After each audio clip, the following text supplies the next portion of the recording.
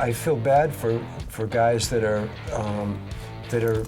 say, you know, that have reached a certain amount of fame and fortune, whether they're sports guys or actors or anything like that, and they're looking for the right woman, and there's always got to be that thing in the back of your mind where you wonder, are they really marrying you just because they love you, or because of what they perceive as all the glamour and all the other stuff that goes with it. It was a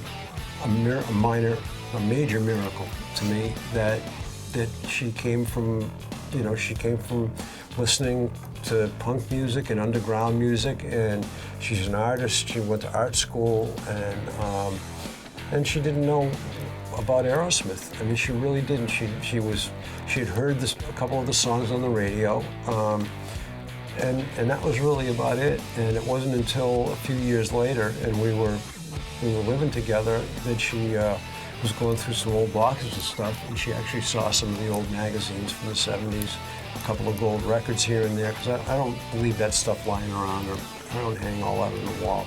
It's kind of like, you know, it's nice, but, you know, my feeling is you're only as good as your next record. So, good, you get your gold record for the last one. Okay, next one, you got to do better. And anyway, so she didn't really know anything about Aerosmith, and so she came from a very, I don't want to say naive, because she's anything but naive, but as far as, you know, Aerosmith and, you know, how big we had been in the 70s, she didn't know any of that. It's the band that puts a band together.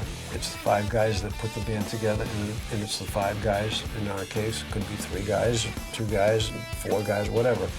And whenever you get together, you're responsible for keeping it together. And, you know, we never really sat down as a band at that point, and dealt with some of the stuff, and so I left. Brad left 6 months later, and I was gone for a good close to 5 years, and not much has been talked about in the press or what went on in those years with me, but I kind of get into it in the book, because I had a lot of fun during those years. I had a lot of personal issues I had to sort out, but that was part of the dust that had to settle for me. But after that, we got together, and we learned that you can't change certain things. You're just not going to change about people, and you got to learn how to adjust your way of working together. The hierarchy of who gets the microphone, and you know, when, you know, it's always been tough for me. I've always sung in other bands, you know, before Aerosmith.